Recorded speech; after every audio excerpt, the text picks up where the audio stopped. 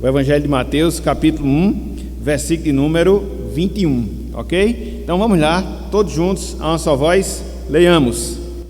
Ela dará à luz um filho, e lhe porás o nome de Jesus, porque ele salvará o seu povo dos pecados deles. Mateus 1, 21. Meus irmãos, minhas irmãs, hoje, como aconteceu domingo passado, a gente vai trazer um estudo relacionado a essa época, esse ambiente que nós estamos vivendo, que é o Natal, que é o nascimento de Cristo. O fizemos domingo passado, faremos hoje, e à noite, no nosso culto Louvor e Adoração, depois da apresentação da cantata, a gente também vai complementar, pelo menos esses 3 momentos, essas 3 mensagens que estão relacionadas ao nascimento de Cristo, ao nascimento do nosso Salvador. Então, o tema do nosso estudo, o tema da nossa aula na manhã de hoje é propósitos do nascimento de Cristo. Propósitos do nascimento de Cristo. Domingo passado, nós vimos as bênçãos relacionadas ao nascimento de Cristo.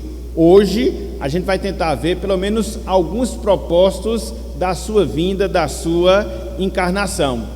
Então, como palavra introdutória, como palavra inicial, nós podemos dizer o seguinte: prestemos atenção, irmãos e irmãs.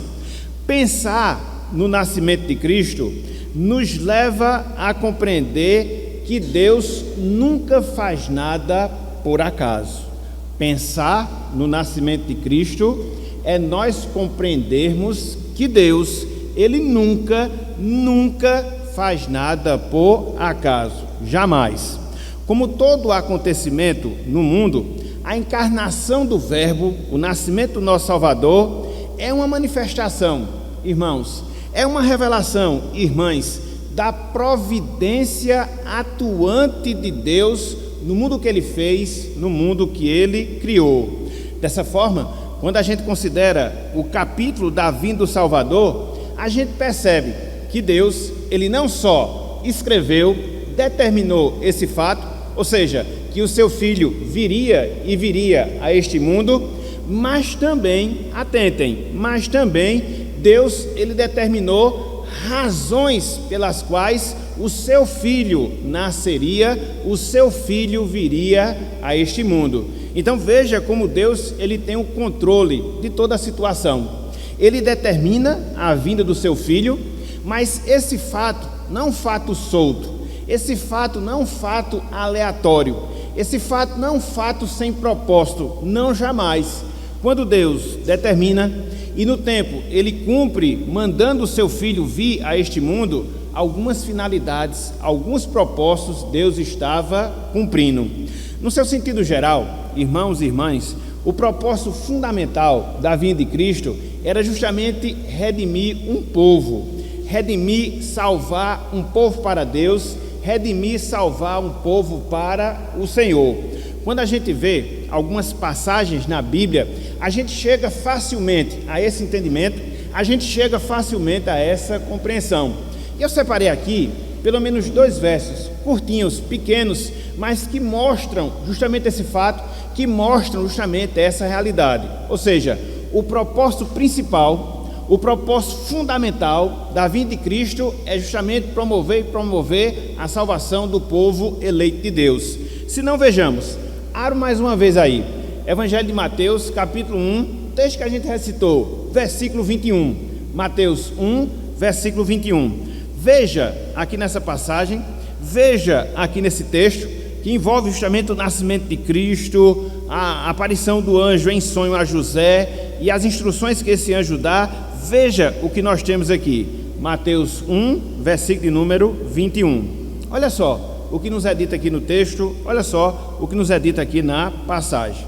Diz o seguinte: ela dará à luz um filho, no caso aí Maria, isso já aponta para a encarnação do Verbo, o nascimento da Virgem, conforme as profecias, inclusive a que nós lemos agora, no início da nossa escola dominical. E ele continua, o anjo: e lhe porás o nome de Jesus. Palavra Jesus, Yahvé é salvação, Yahvé é Salvador.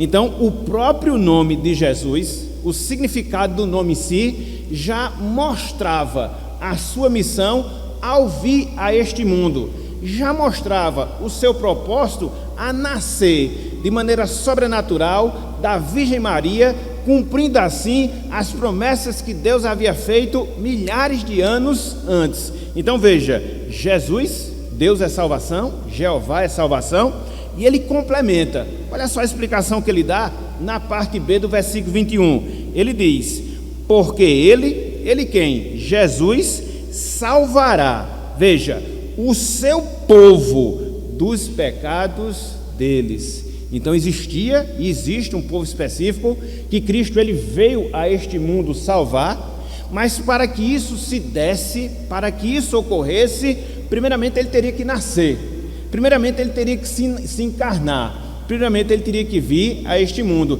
Então essa questão do nascimento de Cristo, meus irmãos, ela deve ser vista dentro dessa perspectiva, ela deve ser vista dentro dessa visão. Cristo nasceu, se encarnou, não de maneira solta, aleatória, mas para que, a partir do seu nascimento, a partir da sua vinda neste mundo, ele pudesse consumar, através da sua morte e ressurreição, a nossa salvação, a nossa redenção.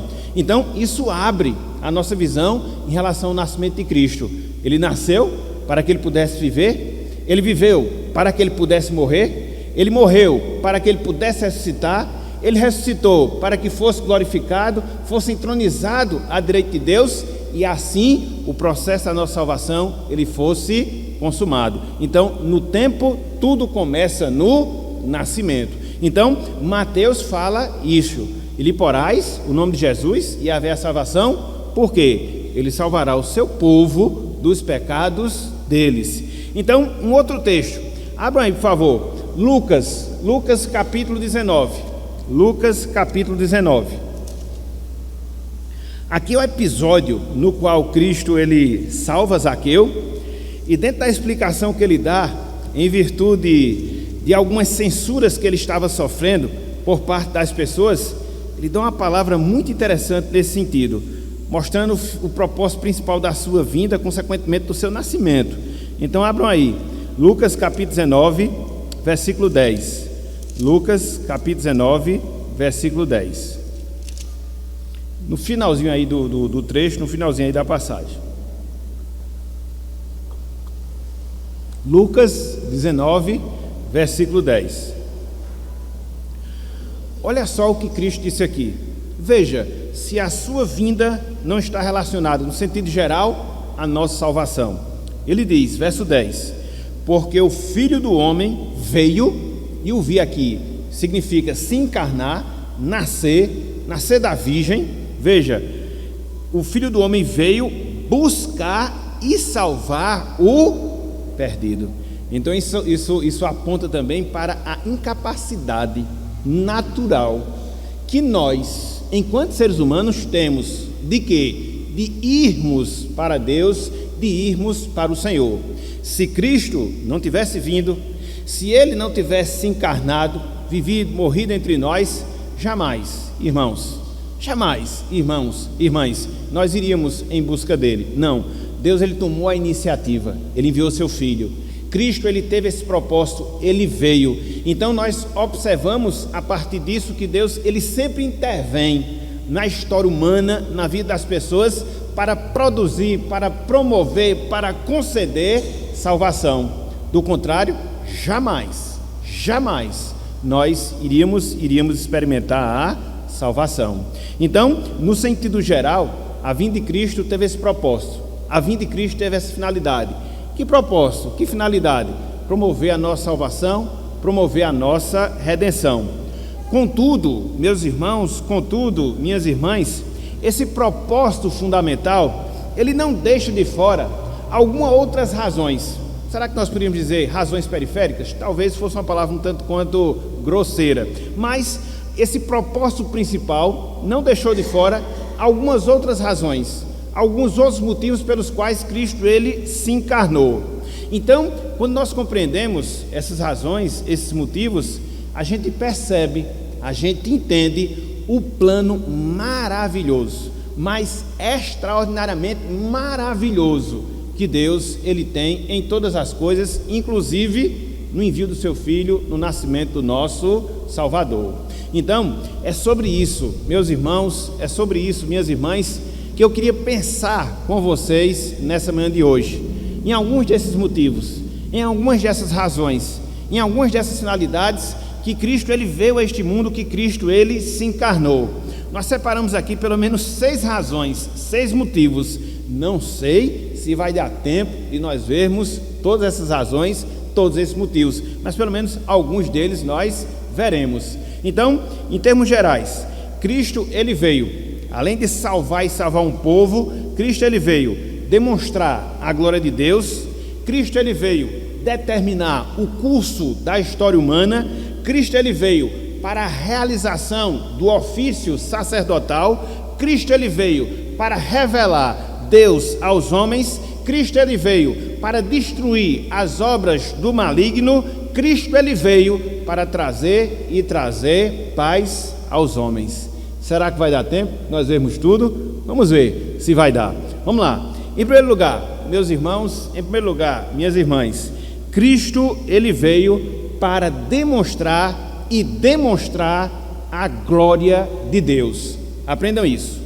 Cristo ele veio, o Filho de Deus se encarnou com o objetivo também de demonstrar, de revelar, de manifestar a glória do nosso Deus, a glória do nosso Senhor. Abram aí, por favor, as suas Bíblias no Evangelho de João, capítulo 1, versículo 14. Olha só o que o evangelista João nos fala nesse sentido. Evangelho de João, capítulo 1, versículo 14.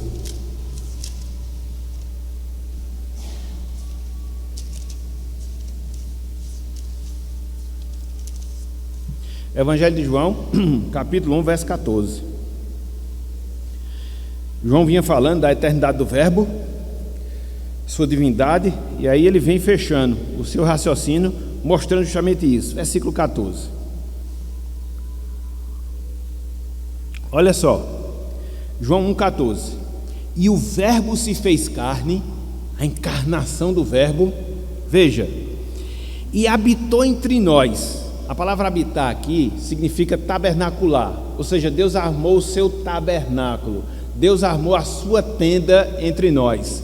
E é claro, a figura que vem à nossa mente é o tabernáculo no Antigo Testamento, né? Que era uma tenda que acompanhava o povo de Israel e que na medida que o povo de Israel se deslocava pelo deserto, ela era armada e desarmada,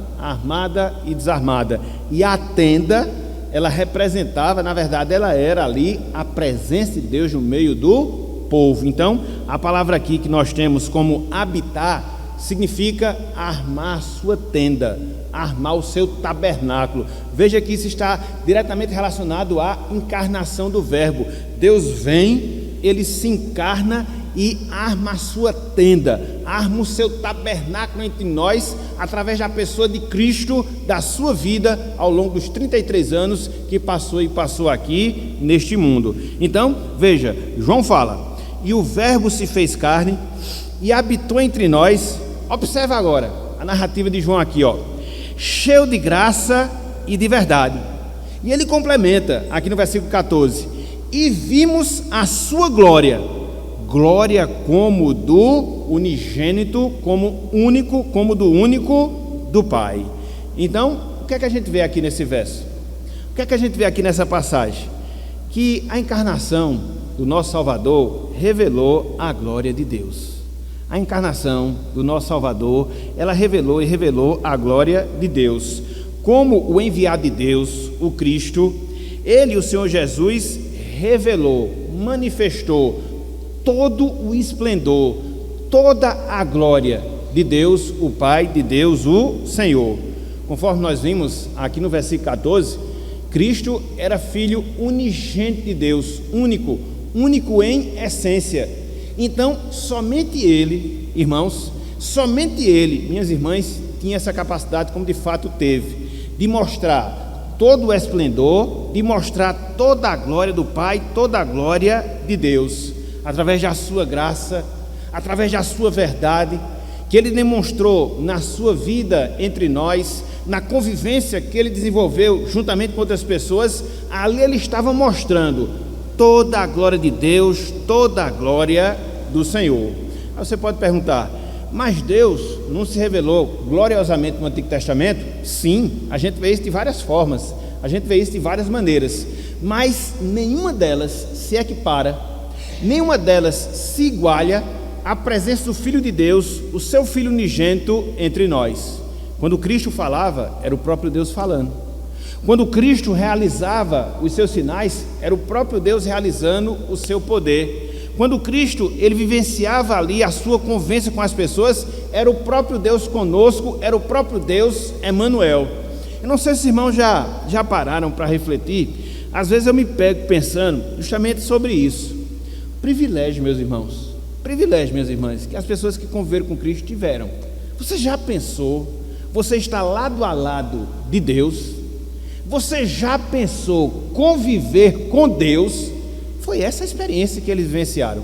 E se você pegar de maneira mais específica a pessoa de Maria, né, de carregar no seu ventre o Filho de Deus, o Filho único, de poder amamentá-lo, de poder cuidar dele, passar todo aquele período ali de infância, depois adolescência, juventude. Meus irmãos, minhas irmãs, isso é algo fantástico.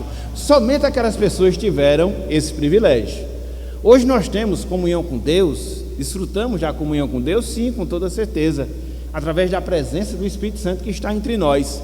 Mas uma coisa é essa realidade que a gente vive, e de certa forma outra coisa é essa realidade de as pessoas verem de fato Deus na pessoa de Jesus Cristo. Então, ele revelou a glória de Deus através dos seus sinais. Ele revelou a glória de Deus através dos seus ensinamentos. Ele revelou a glória de Deus através da sua vida 100% perfeitamente santa que ele vivenciou ao longo do período em que ele esteve aqui entre nós. Então, Cristo, ele veio para nos mostrar quem é Deus, para revelar a glória do Senhor.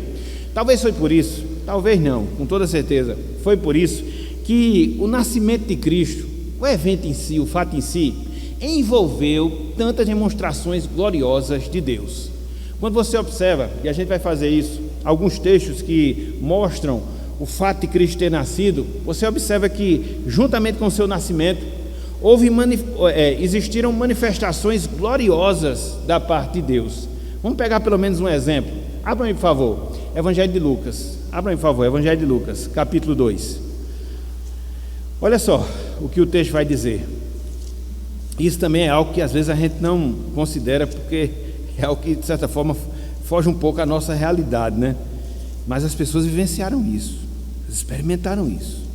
Veja, Lucas capítulo 2, o versículo 7 vai apontar o fato do nascimento. Os versículos 8 e 9, uma demonstração gloriosa. E mais adiante, versículos 13 e 14, outra demonstração gloriosa. Vamos ver essas coisas, vamos lá. Lucas capítulo 2, versículo 7. Olha só. E ela, no caso Maria, deu à luz o seu filho primogênito. Isso significa dizer que depois de Cristo, Maria teve outros filhos, né? Ele foi o primogênito, o primeiro de muitos. Mas em termos de essência divina, ele foi unigênito. Existe uma diferença, certo? Em termos de essência divina, somente ele. Agora, que nasceu da Virgem Maria, ele foi o primeiro. Então erra de maneira crassa, né, a igreja romana quando aponta o fato de Maria ter permanecido virgem o resto da sua vida. Não é assim, e o evangelho aqui é fácil em demonstrar isso. Então veja, versículo 7. Ela deu à luz o seu filho primogênito, enfaixou e o deitou numa manjedoura, porque não havia lugar para eles na hospedaria. Versículo 8. Havia naquela mesma região pastores que viviam nos campos e guardavam o seu rebanho durante as vigílias da noite. E olha só o que acontece, uma manifestação gloriosa de Deus. Veja, versículo 9. E um anjo do Senhor desceu aonde eles estavam. E o que foi que aconteceu? E a glória do Senhor brilhou ao redor deles e ficaram tomados de grande temor. Tem gente que vê anjo direto, né? Mas eu acho que isso é conversa. Veja, aqui eles viram mesmo. e foi uma aparição angelical gloriosa. Tanto foi que a reação deles foi que eles ficaram com medo, com temor, diante daquela situação. Ora, eles estavam lá, cuidando das ovelhas. De repente, aparece um anjo, revestido de glória, revestido de fulgor. Então a reação natural é que a gente fica um pouco amedrontado. Foi o que aconteceu com aqueles pastores. Então, há toda uma conversa, né, que tem aqui, um anúncio que o anjo faz. E olha só um pouco mais adiante. Versículos 13 e 14. Versículos 13 e 14. Olha só, do mesmo capítulo 2. Diz o texto: e subitamente apareceu com o anjo uma multidão da milícia celestial. Então, se eles já estavam medrosos porque viram um anjo, agora eles vão ver o quê? Uma milícia. A gente não sabe a quantidade, mas uma milícia celestial, fazendo o quê?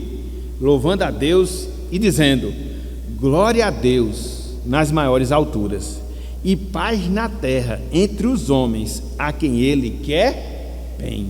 Hoje a gente vai ter o nosso coral, os irmãos que ensaiaram, se aperfeiçoaram aí ao longo dos últimos meses. Mas já pensou, Eliane, dirigir um coral de anjo? É privilégio, né? Porque ali não falha não, viu? São as 4 vozes ali bem certinho, não tem problema, não é como acontece comigo, que não sei cantar nada. Então, veja, foi isso que aconteceu. Uma milícia celestial, louvando e engrandecendo o nome de Deus, por causa do nascimento de Cristo. E aí eu faço uma pergunta, meus irmãos, eu faço um questionamento, minhas irmãs: Cristo veio ou não veio demonstrar a glória de Deus? Com certeza, com certeza. A partir do seu nascimento, quando a gente vê todos esses eventos gloriosos, com toda a sua vida de santidade e temor, pelo fato dele ter realizado as obras poderosas de Deus, pelo fato dele ter ensinado a verdade de Deus, então ele estava ali, o Deus em pessoa. Ele estava ali, o Deus encarnado, vivo, presente, perante os olhos das pessoas que com ele conviveram. Então, a primeira razão, o primeiro propósito é esse: Deus enviou seu Filho para demonstrar, para revelar a sua glória, chegar ao ápice dessa revelação, de tudo aquilo que Deus já havia revelado ao longo da história humana, sobretudo no Antigo Testamento, mas nada se igualando ao seu próprio Filho vindo a este mundo, se encarnando, tomando a forma humana. Então veja, em primeiro lugar, Cristo veio a este mundo para isso. Para quê? Para demonstrar a glória de Deus, para demonstrar a glória do Senhor. Contudo, meus irmãos, contudo, minhas irmãs, quando a gente pesquisa, quando a gente lê, quando a gente considera esse assunto, a gente chega à conclusão que há um segundo motivo, há uma segunda razão, há uma segunda finalidade pela qual Cristo ele se encarnou. Então, se de um lado, conforme nós acabamos de ver, Cristo veio para demonstrar a glória de Deus, em segundo lugar, Cristo ele veio para determinar o centro da história humana. Cristo ele veio para determinar o centro da história humana. Vamos voltar àquele texto que nós consideramos na semana passada. Eu quero só fazer uma observação aqui em relação a ele. Gálatas capítulo 4. Estão lembrados que a gente trabalhou Gálatas semana passada, versículo de 1 até o versículo 7? Hoje eu queria ver só um verso, na verdade o versículo 4, que resume bem esse ponto que nós iremos focar a partir de agora. Gálatas capítulo 4, versículo 4. Gálatas capítulo 4, versículo 4.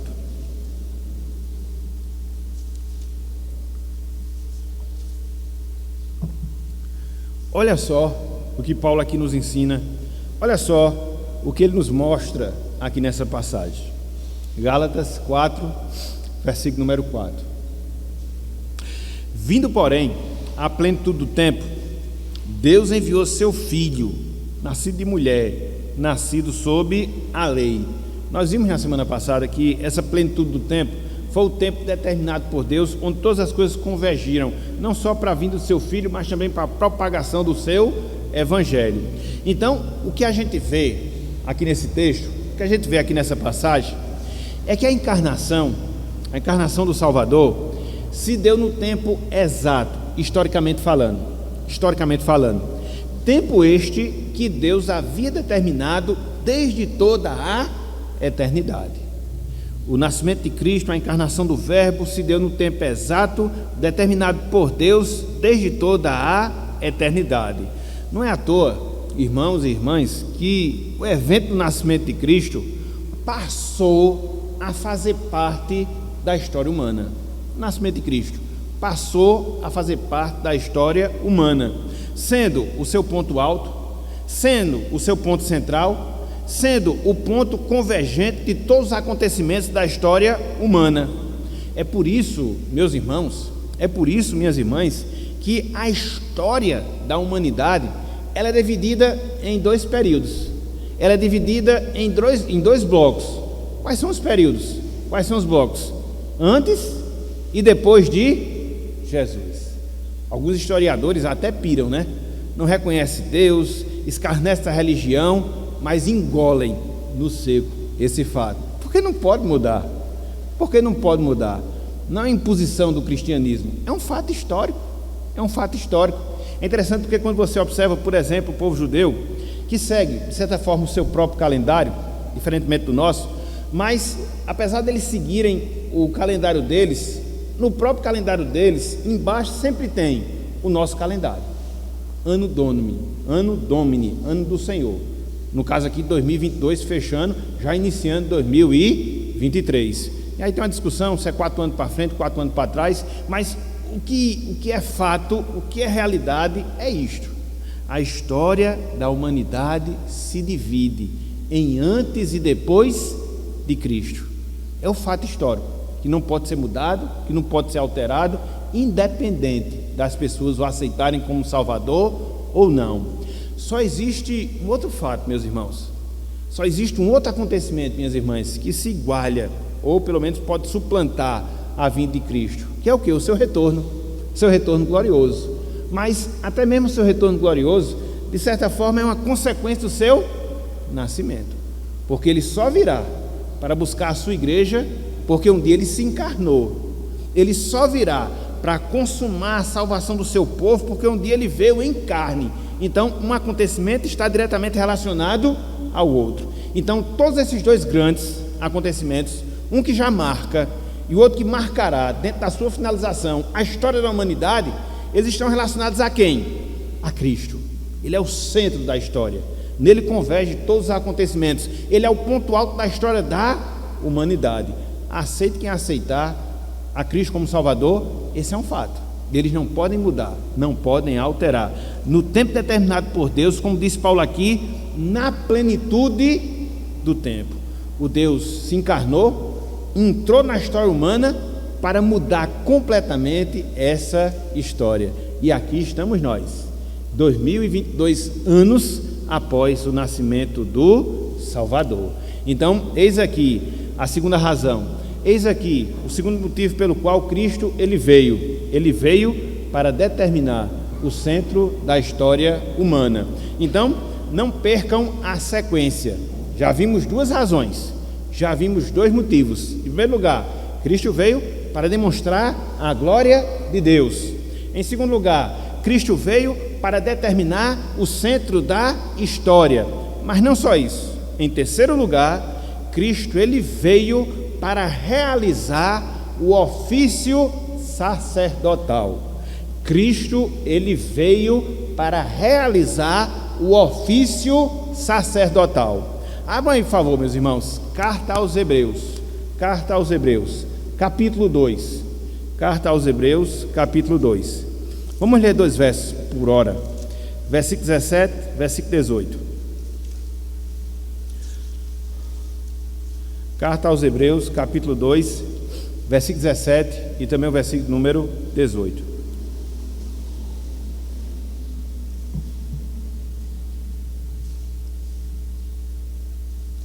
Olha só o que o autor sagrado nos fala aqui.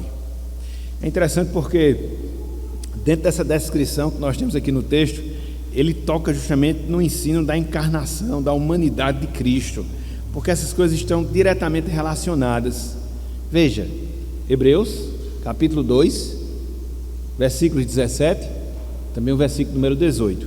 Acompanhe comigo, por favor. a leitura da passagem. Diz o seguinte: por isso mesmo, convinha que, em todas as coisas, se tornasse semelhante aos irmãos. E em todas as coisas, envolve também o quê? A sua humanidade. Cristo veio em carne, Cristo veio em osso, Cristo veio em sangue, se assemelhando, tornando-se parecido como os seres humanos, como ele diz aqui, tornando-se semelhante aos irmãos. Para quê? Segue o verso: para ser misericordioso e fiel sumo sacerdote nas coisas referentes a Deus e para fazer propiciação pelos pecados do povo. Verso 18: pois naquilo que ele mesmo sofreu, tendo sido tentado, é poderoso para socorrer os que são tentados. Irmãos, irmãs, o sacerdócio era uma das funções, era um dos ofícios que nós encontramos no Antigo Testamento. Havia 3 ofícios, haviam 3 funções especiais dentro do Antigo Testamento. Existia a função de profeta, que falava ao povo a palavra de Deus. Havia a função de rei, que governava o povo em nome de Deus. E existia também a função de sacerdote, que apresentava o povo diante de Deus. Apresentava o povo diante de Deus, mediante os sacrifícios, mediante as ofertas, que tinham como objetivo justamente pagar, quitar o preço do pecado, fazer essa intermediação entre o povo e Deus, entre o povo e Deus. Contudo, nós sabemos, e no próprio Antigo Testamento nós vemos vários relatos nesse sentido. Os sacerdotes que lá existiram, todos eles eram imperfeitos, falhavam, pecavam, erravam. Tanto é que antes deles apresentarem as ofertas em favor do povo, primeiramente eles tinham que apresentar as ofertas em favor deles mesmos, em favor dos pecados que eles mesmos cometiam. Então essa era a realidade no Antigo Testamento. E aí o que é que nós observamos? Vem Cristo, e essa é uma finalidade, se encarna para quê? Para ser o nosso perfeito sacerdote, para ser o nosso perfeito sacerdote, feito de corpo, feito de alma, apresentando a si mesmo como oferta e nos representando diante de Deus, diante do Senhor. É por isso que nós dizemos que o sacerdócio de Cristo foi um sacerdócio perfeito, por várias razões, por vários motivos. Por quê? Ele era perfeito, sem pecado. Por quê? Porque ele mesmo ofereceu de si mesmo o sacrifício. Então, na pessoa de Cristo, a gente vê o sacerdote oferecendo um sacrifício e sendo ele mesmo o próprio sacrifício. Ele era oficiante e ele era o sacrifício. Então a encarnação teve esse objetivo, fazer com que ele se encarnasse, se assemelhasse a nós enquanto seres humanos, vindo em carne, em sangue. Para quê? Para ser o nosso perfeito sumo sacerdote. E ele fez quando do seu próprio corpo se ofereceu em sacrifício em nosso favor. Ele faz quando hoje agora, ele está à direita de Deus, intercedendo por cada um de nós. Então tudo isso está relacionado à encarnação do Verbo. Tanto é que hoje Cristo está à direita, à destra do Pai, como? No seu corpo, corpo glorificado, entendeu? O Deus Pai essencialmente é Espírito, o Deus Espírito, como o próprio nome diz, essencialmente é Espírito. Agora o Deus Filho não. Depois que ele se encarna, que ele toma a forma humana, ele vai ter essa forma eternamente agora. Então é uma propriedade, vamos assim dizer, da sua encarnação. E olha só o que o mesmo autor aos Hebreus fala acerca disso. Abra aí um pouco mais adiante, Hebreus capítulo 10. Hebreus capítulo 10, versículos 12 e 14. O nosso sacerdote se oferecendo, ele mesmo, como oferta pelo nosso pecado. Hebreus capítulo 10, versículos 12 até o versículo 14.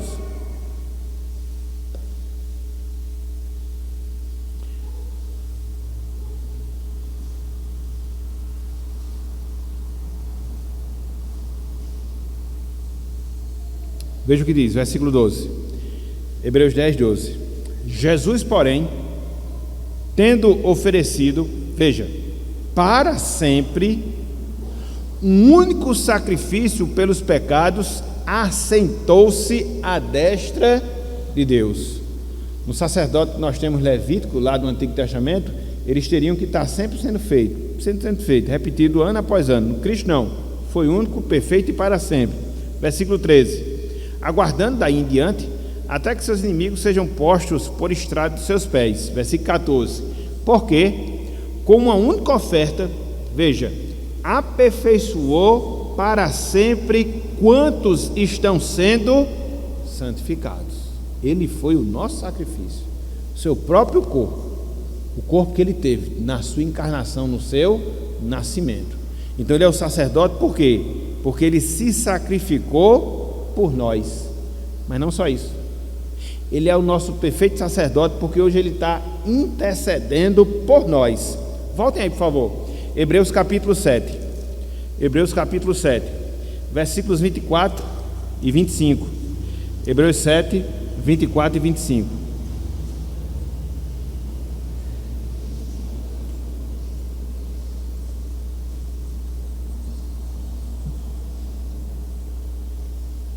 Olha só o que diz aqui o texto. Hebreus 7, 24 a 25. Falando de Jesus. Este, no entanto, porque continua para sempre, veja, tem o seu sacerdócio imutável, que não muda, que não se altera, que não se acaba, jamais, jamais. E agora, porque ele é o nosso sacerdote eterno, o que é que ele faz?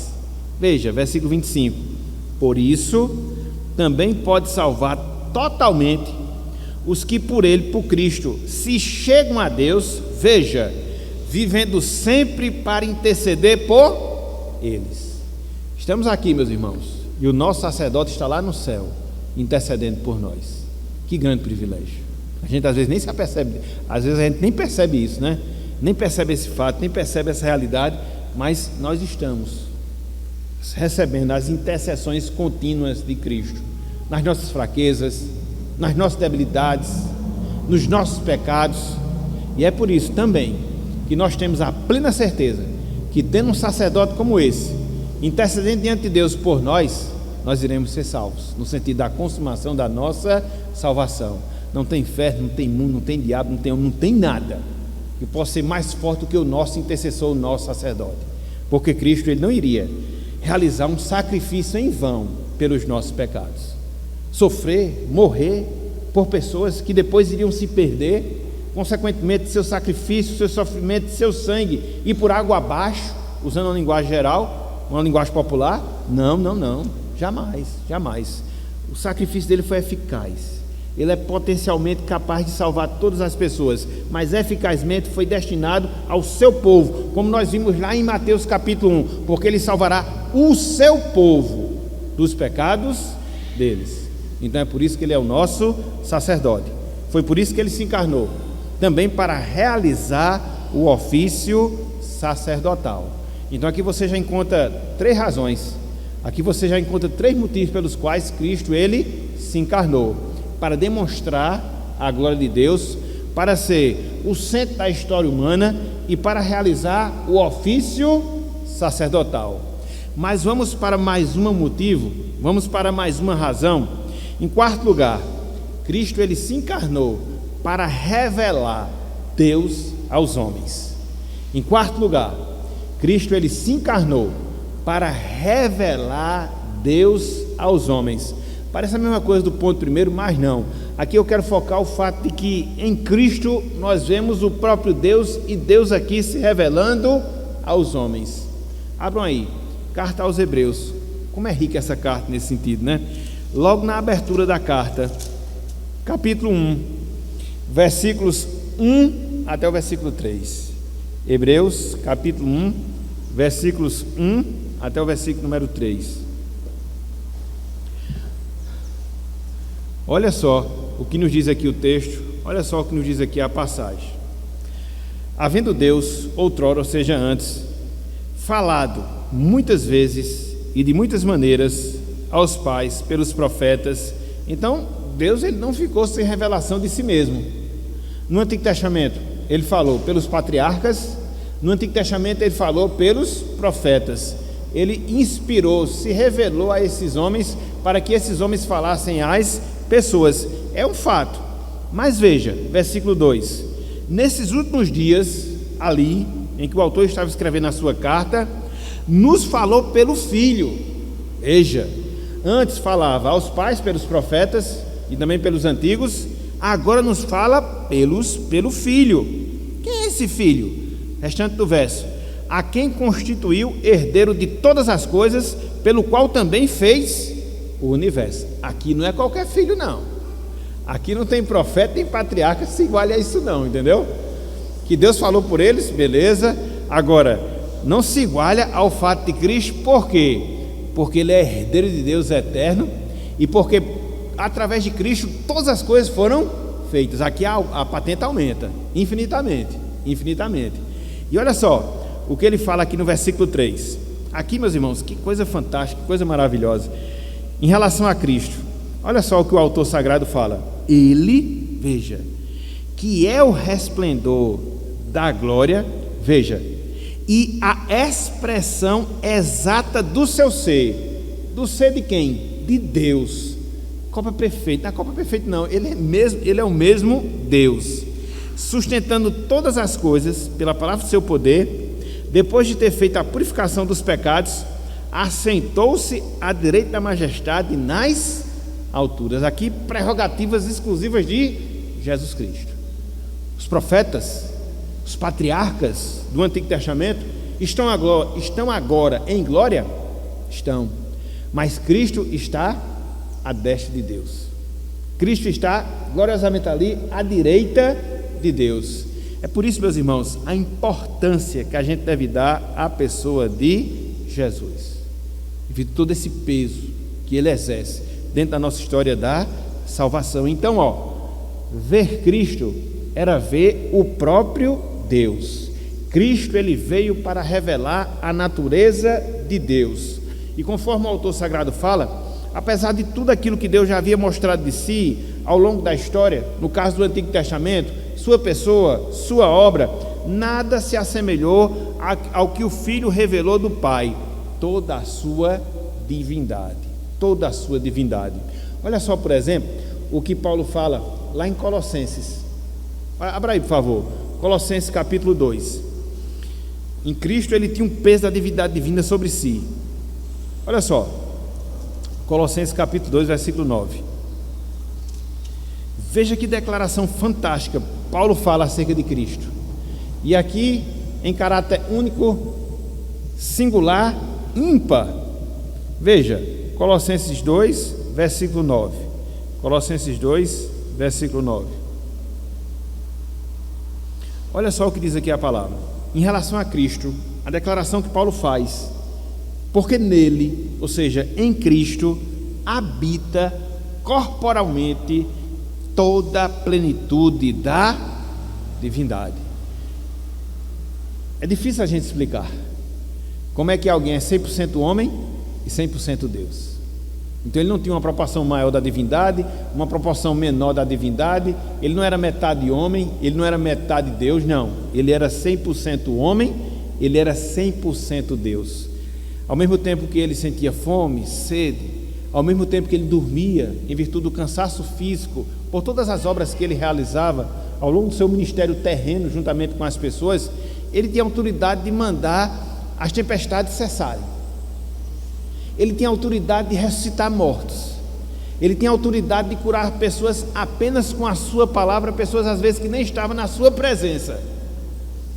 Nele reside toda a plenitude da divindade. Não é um mistério, meus irmãos. Isso aqui não tem como a gente explicar, não.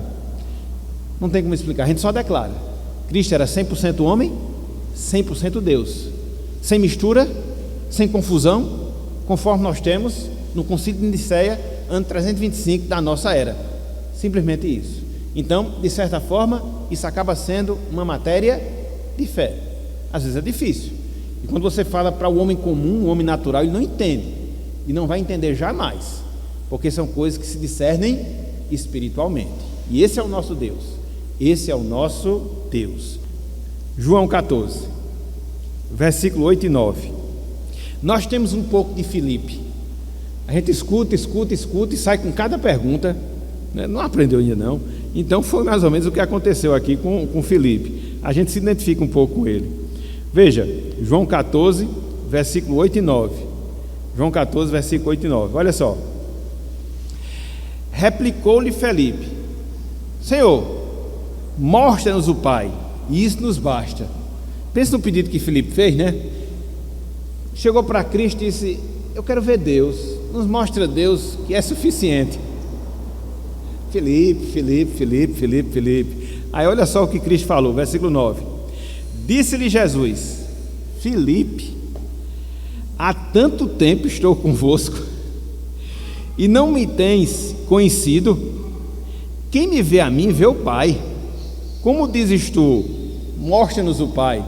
Aprendeu nada, você vai ser reprovado agora, entendeu? Vai voltar para o jardim de infância do discipulado.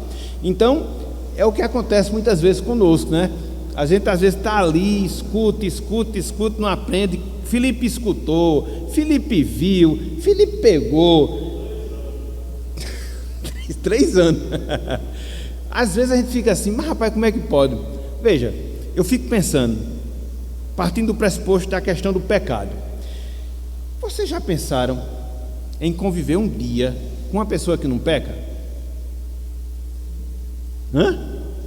Que não peca? Conviver um dia com uma pessoa que não peca. Ela fala tudo certo, age de maneira certa. É uma coisa que chama a atenção. Alguma coisa tem diferente desse menino aqui, nessa pessoa aqui, entendeu? Os discípulos passaram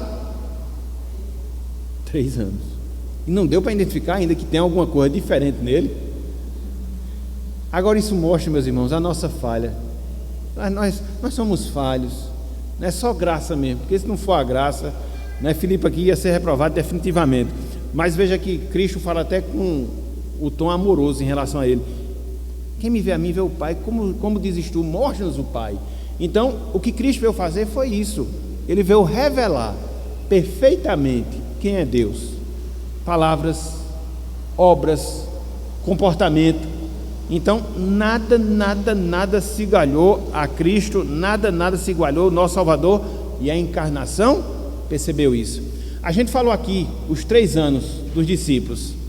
E os irmãos de Jesus? Eles conviveram mais tempo com ele, não é? Porque quando Cristo foi iniciar o seu ministério, ele tinha quantos anos? 30. Então, mesmo tendo sido ele o irmão mais velho, tendo nascido primeiro, os outros nasceram depois, né? Eles conviveram muitos anos com Cristo e foram muitos irmãos. E aí existe uma passagem, não estou lembrado aqui, me veio à mente lá em João, que alguns dos irmãos de Jesus fizeram justamente isso. Se você quer se mostrar, vá para Jerusalém. Então havia um certo ceticismo na vida dos irmãos de Jesus. Mas vocês conviveram com ele, com o irmão que não pecou, irmão perfeito, entendeu? Então às vezes os nossos olhos não conseguem enxergar determinadas coisas que são tão claras, mas isso é explicado. Por quê? A nossa incapacidade, a nossa falha, a nossa pequenez. Se não fosse a graça, meus irmãos, nós estávamos perdidos. Ok? Já tocou, não vou avançar mais. Talvez depois eu possa dar para os irmãos as 2 outras razões, os 2 outros motivos pelos quais Cristo, ele se encarnou. Nós vimos quanto? Nós vimos quantos? Nós vimos 4 na manhã de hoje. Cristo, ele se encarnou para demonstrar a glória de Deus. Cristo, ele se encarnou para determinar o centro da história humana. Cristo, ele se encarnou para realizar o ofício sacerdotal. Cristo, ele se encarnou para revelar a Deus aos homens. Como é que a gente pode fechar a nossa aula na manhã de hoje? Dizendo o seguinte: Deus tem um plano para o mundo que criou. Deus, ele tem um plano para o mundo que criou. E esse plano, ele já foi elaborado antes da existência do mundo, muito antes. Esse plano é composto de vários acontecimentos, é composto de vários fatos. Esses fatos, esses acontecimentos vão convergir para quê? Para a redenção de um povo salvo, para glorificar e honrar eternamente o nome de Deus, vivendo em comunhão com Ele. Na verdade, esses são os estágios, né, que nós falamos em relação ao plano de Deus quanto às nossas vidas. Nós temos a criação lá no Éden. Depois da criação veio a queda.